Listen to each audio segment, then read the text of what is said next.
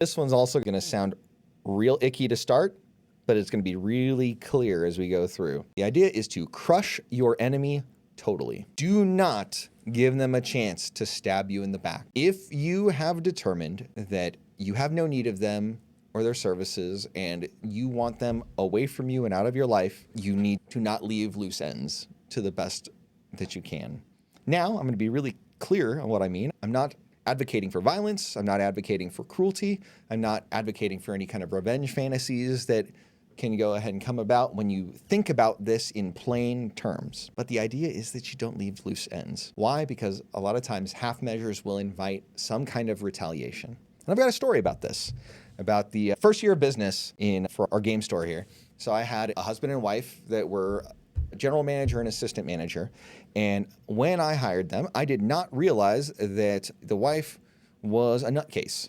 She went ahead and had a good mask, and she carried herself well for an extended period of time.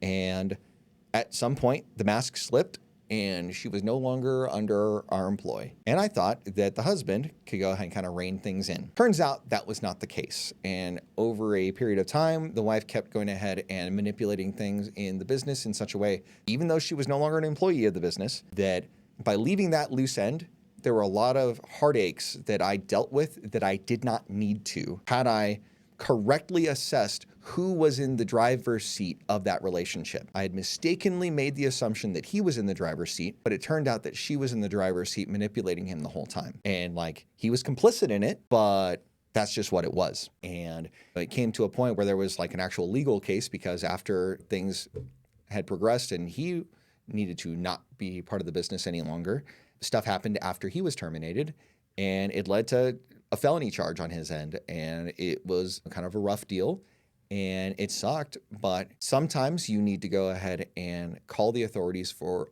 appropriate measures when lines are crossed. And had I known about this law in the first place, I probably would have navigated differently. I could have changed all the passwords right away like I should have.